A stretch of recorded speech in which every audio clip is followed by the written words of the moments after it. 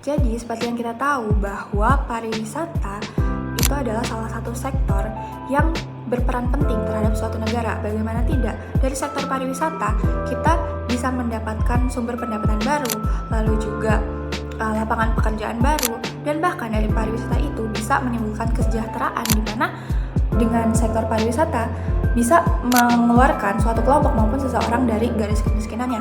Jadi banyak sekali negara-negara yang sangat mengutamakan sektor pariwisatanya, terutama salah satunya adalah Indonesia. Dan salah satu ikon dari Indonesia yang wilayahnya sangat diutamakan dari sektor pariwisata adalah Bali. Bagaimana tidak, Bali itu adalah salah satu wilayah di Indonesia yang masih kental akan budayanya. Jadi budaya dari Bali ini menjadi salah satu ikon yang membuat wisatawan itu berbondong-bondong untuk merasakan experience di Bali. Dan Bali juga salah satu wilayah yang memiliki data pengunjung yang signifikan, yang menaik tiap tahunnya. Terbukti di data BPS ya, di bulan Mei tahun 2025 itu terlihat bahwa jumlah kunjungan ke Bali itu mencapai 602.213 kunjungan. Dan di akhir tahun 2025 itu BPS memperlihatkan jumlah kunjungan data di Bali itu mencapai 15,9 juta kunjungan. Dan hal tersebut terlihat bahwa Bali ini sangat maju dari sektor pariwisata, faktor pariwisatanya. Nah, tapi dari kemajuan pariwisatanya itu tidak diimbangi dengan peningkatan sumber daya manusianya. Jadi muncullah masalah ketimpangan pelayanan dan juga diskriminasi antara wisatawan asing dan lokal. Nah, permasalahan ini sebenarnya sempat muncul atau naik kembali dikarenakan salah satu public figure dari Indonesia, yaitu Ivan Gunawan, yang speak up di Instagramnya ketika dia mendapatkan perlakuan yang tidak menyenangkan gitu dari salah satu beach club di Bali yang bernama Luna Beach Club. Nah, dari situ dia merasa dia aja seorang public figure, seorang artis itu bisa masih mendapatkan perlakuan diskriminasi, apalagi kita sebagai masyarakat biasa. Dan dia merasa sangat kecewa dengan perlakuan tersebut, dan akhirnya dia speak up di media sosialnya dan menimbulkan banyak komentar yang mendapatkan pengalaman serupa ketika mereka berwisata ke Bali. Jadi masyarakat lokal itu merasa dia mendapatkan perlakuan yang diskriminasi padahal di tempat di negara dia sendiri, sehingga akhirnya muncul sentimen untuk meng-cancel culture pariwisata Bali, terutama dari beach club Bali itu sendiri. Nah, fenomena ini itu berkembang menjadi cancel culture ya.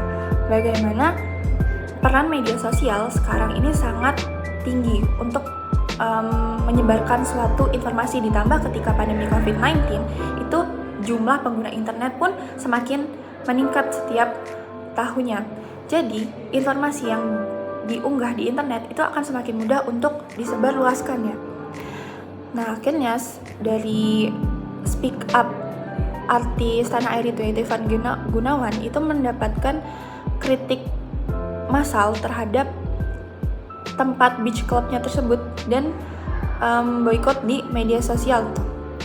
Karena ketidakpuasan tersebut dari sektor pariwisata di Bali ini, hal ini tuh menunjukkan bahwa kelihatan sekali ada gap antara harapan dan juga kenyataan yang tidak seimbang.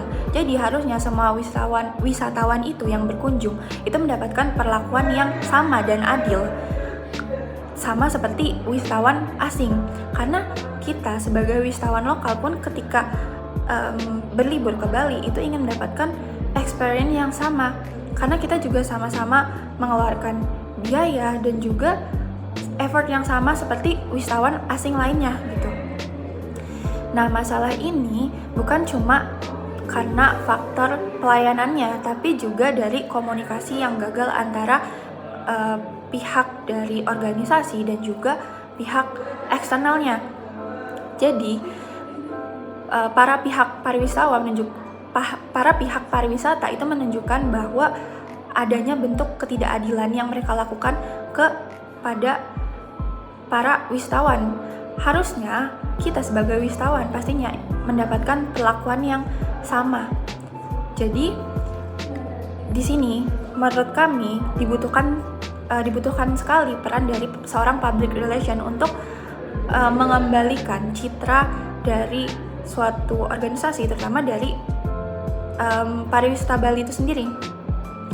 Jadi seorang public relation yang kami inginkan adalah seorang humas yang bukan hanya bisa menjaga citra diri dari suatu organisasi, tapi juga bisa memberikan suatu keputusan yang dengan dia berkolaborasi dengan organisasi tersebut dan menciptakan suatu kebijakan untuk mengembalikan citra diri dari pariwisata Bali serta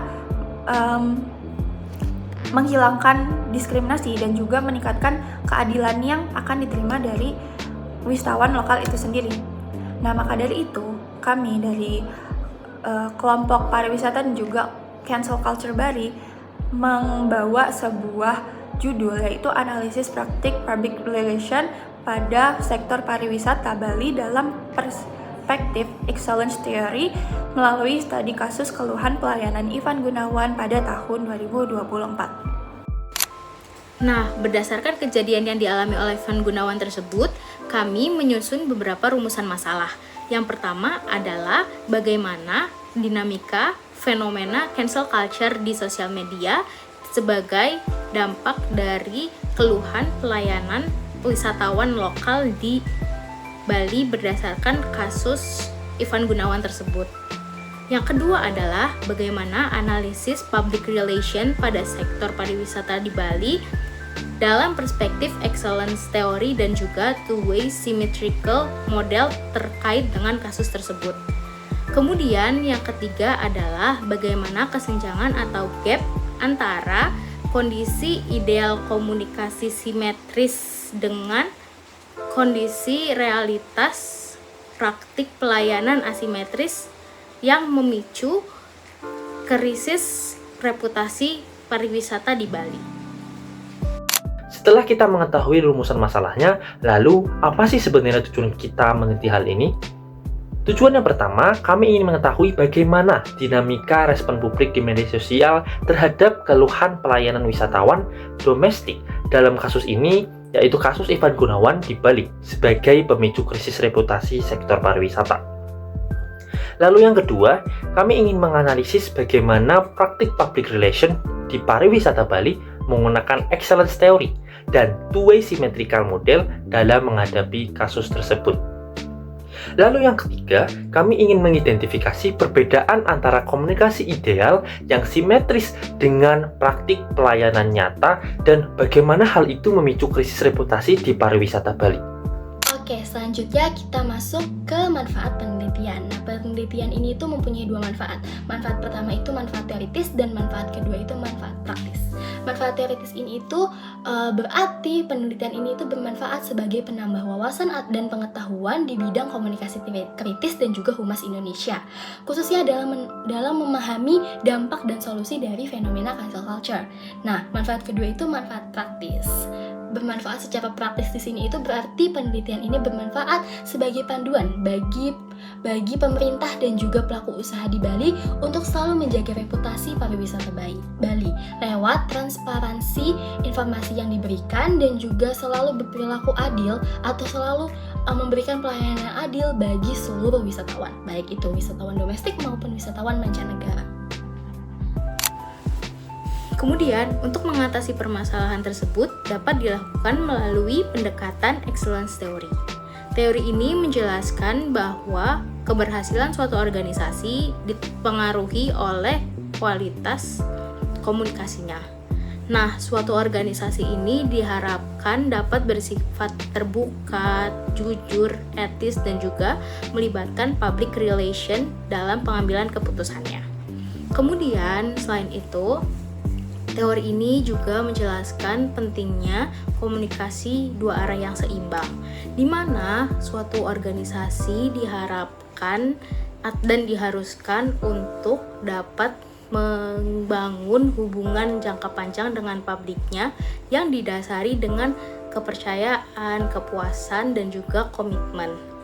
Dengan menerapkan teori ini, suatu organisasi tidak hanya berpaku pada keuntungan pribadi untuk organisasinya sendiri, melainkan juga memikirkan hubungan timbal balik yang saling menguntungkan antara organisasi tersebut dengan publiknya.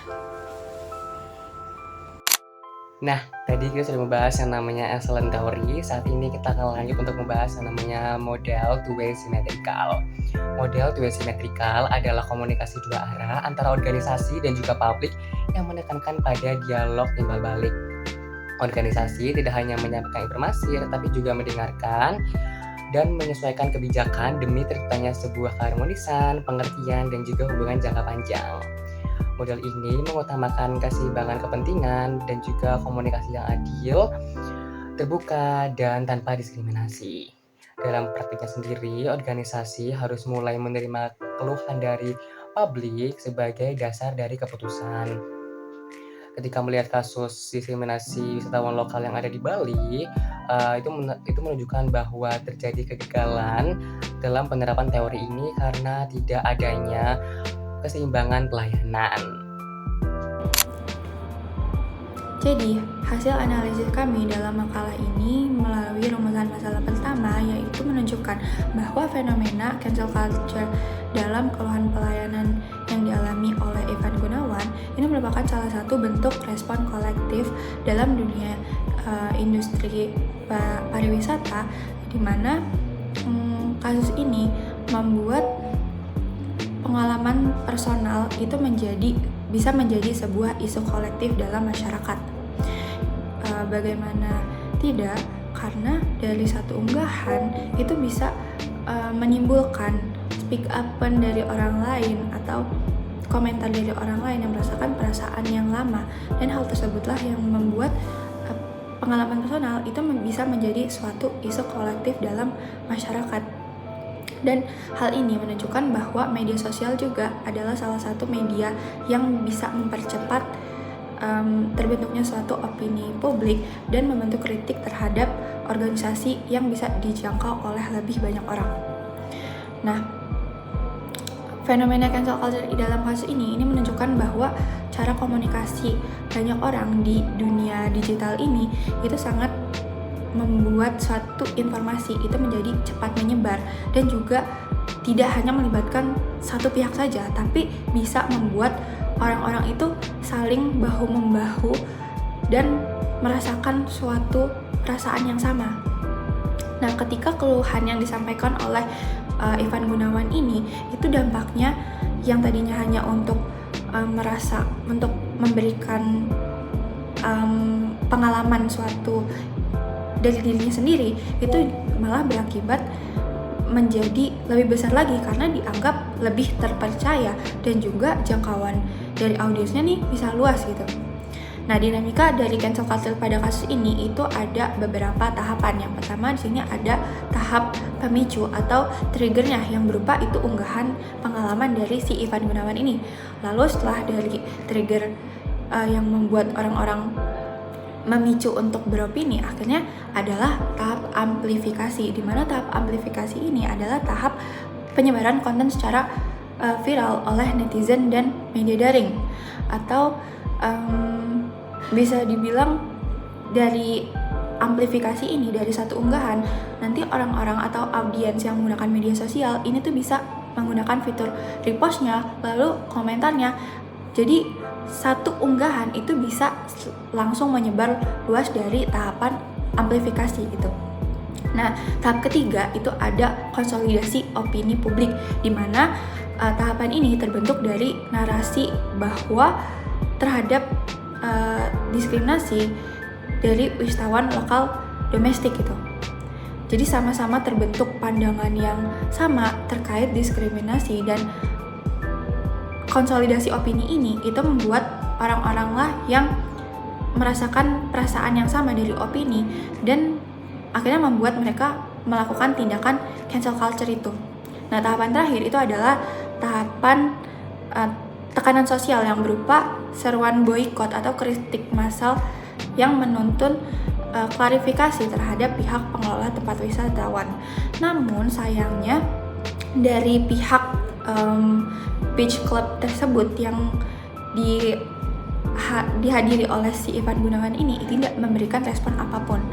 Dan dalam konteks ini, cancel culture itu juga berperan sebagai mekanisme kontrol sosial berbasis digital untuk menghukum yang menurut orang banyak ini adalah pihak yang salah, dan organisasi tersebut harus melakukan apa yang mereka inginkan untuk para audiens ini berhenti melakukan cancel culture gitu. Jadi dari tahapan cancel culture ini, audiens itu berharap public relation dari organisasi tersebut itu bisa lebih cepat tanggap dan melakukan perbaikan citra diri apa yang harusnya mereka lakukan dan menghindari diskriminasi ke depannya. Begitu. Yang kedua, praktik public relation dalam perspektif excellent theory dan two-way symmetrical model. Public relation belum sepenuhnya sesuai dengan prinsip excellent theory dan two-way symmetrical model. Karena komunikasi yang terjadi cenderung masih satu arah, yakni berfokus pada kepentingan ekonomi dengan memprioritaskan wisatawan asing daripada wisatawan lokal. Padahal, PR berperan untuk membangun hubungan komunikasi yang terbuka dan saling menguntungkan. Namun, pada kenyataannya, respon dari organisasi cenderung lambat dan tidak transparan terhadap krisis. Selain itu, kurangnya ruang terbuka bagi publik untuk menyuarakan aspirasi dan tidak adanya mekanisme penanganan keluhan yang efektif menunjukkan bahwa komunikasi yang seimbang belum terjadi. Selain itu, menandakan bahwa PR sebagai mediator belum sepenuhnya berjalan baik dan belum juga dilibatkan dalam pengambilan keputusan. Akibatnya, komunikasi yang tidak responsif itu akan memicu yang namanya krisis citra atau bisa disebut dengan krisis reputasi. Nah, ini menunjukkan bahwa praktik PR belum sepenuhnya atau masih jauh dalam prinsip komunikasi dua arah yang terbuka atau inklusif dan berkelanjutan. Selanjutnya, pada subbab kali ini, kita akan membahas mengenai kesenjangan komunikasi simetris dan implikasinya terhadap industri pariwisata di Bali. Temuan penelitian ini memiliki keterkaitan langsung dengan latar belakang yang kami soroti, yang dimana kami menyoroti pesatnya pertumbuhan sektor pariwisata di Bali, yang tidak selalu diiringi dengan kesiapan sistem pelayanan dan pengelolaan sosial. Pada data statistik yang telah dimention sebelumnya menunjukkan bahwa jumlah kunjungan wisatawan di Bali ini terus meningkat secara signifikan. Ini semua menandakan tingginya tekanan terhadap sistem pelayanan pariwisata di Bali. Dalam kondisi seperti ini, sekaligus pada era digital ini memperbesar potensi terjadinya konflik pelayanan, terutama ketika kapasitas sumber daya manusia di Bali ini tidak berkembang seiring pertumbuhan industrinya. Teori yang kami bawakan ini secara presisi menyatakan bahwa krisis akan selalu muncul apabila sebuah organisasi menolak untuk membangun komunikasi yang setara, partisipatif, dan adil. Keterkaitan tersebut terbukti mutlak. Temuan mengkonfirmasi bahwa ketimpangan pariwisata terjadi karena organisasi mempraktikkan komunikasi asimetris yang melanggar standar ideal kehumasan. Praktik bisnis yang mendiskriminasi turis lokal ini secara langsung dapat memvalidasi premis excellence theory bahwa kegagalan membangun komunikasi dua arah yang beretika akan berujung pada kehancuran relasi dengan publik. Ketika industri pariwisata terlalu berorientasi pada keuntungan ekonomi dari wisatawan asing, keseimbangan hubungan dengan publik domestik akan menjadi terganggu. Ketidakseimbangan inilah yang menjadi dasar munculnya kritik publik yang berkembang menjadi cancel culture. Model two-way symmetrical memberikan kerangka bahwa krisis reputasi bukan semata-mata disebabkan oleh kesalahan komunikasi, tetapi oleh kegagalan organisasi dalam membangun hubungan dialogis dan partisipatif. antara pihak internal dan pihak eksternal. Hasil dari temuan penelitian ini memberikan implikasi penting terhadap praktik public relation pada sektor pariwisata di Bali. Yang pertama, penguatan peran PR sebagai manajemen strategis. Praktisi PR harus terlibat dalam proses pembuatan kebijakan pelayanan, mulai dari pelatihan karyawan, penyusunan standar layanan, dan evaluasi pengalaman pelanggan. Jika dijalankan dengan baik, perlakuan diskriminatif bisa terdeteksi dan dicegah sejak tahap perencanaan. Lalu yang kedua, penerapan komunikasi dua arah simetris. Organisasi harus menyediakan sistem pengaduan yang responsif, transparan, dan mudah diakses semua wisatawan. Hal ini dapat mencegah wisatawan mengeluh di media sosial sebagai satu-satunya alternatif, supaya kita dapat mencegah praktik yang nantinya dapat menyebabkan cancel culture. Yang ketiga, menjaga kesesuaian citra promosi dengan pengalaman nyata. PR selama ini membangun narasi Bali sebagai destinasi ramah dan inklusif. Perlakuan tidak adil dapat menciptakan ketidaksesuaian antara pesan promosi tersebut dan praktik sehari-hari, yang menurut Excellent Story merupakan tanda kegagalan membangun hubungan berbasis kepercayaan dan dapat merusak reputasi destinasi secara keseluruhan. Nah, kita masuk ke bagian akhir, yaitu bagian kesimpulan. Jadi, kesimpulan dari penelitian ini adalah Excellence Theory merupakan teori yang menjelaskan bahwa keberhasilan suatu organisasi ini didukung oleh komunikasi yang dibangun, baik secara internal maupun secara eksternal. Eksternal ini itu berarti membangun komunikasi dengan publik, yang artinya organisasi ini juga harus mendengarkan, memahami, dan juga menghargai opini publik. Nah, di sini peran PR dibutuhkan sebagai penghubung atau yang menjembatani antara organisasi dengan publik. Nah, hal ini itu juga sudah dijelaskan ya sama two-way symmetrical model atau komunikasi dua arah yang saling menguntungkan. Kasus Ivan Gunawan menunjukkan bahwa ternyata komunikasi organisasi belum sepenuhnya berjalan dengan optimal. Nah, perlakuan tidak adil yang diterima oleh wisatawan lokal dalam konteksnya Ivan Gunawan di sini ya mencerminkan komunikasi yang terjalin ini masih komunikasi satu arah gitu, bukan komunikasi dua arah. Nah, karena kasus Ivan Gunawan ini sangat cepat ya tersebar di media sosial, akhirnya orang-orang yang menonton ini menerapkan cancel culture kepada pihak yang sudah mendiskriminasi Ivan Gunawan. Nah, kejadian ini itu diperparah dengan tidak adanya permintaan maaf dari pihak yang bersangkutan.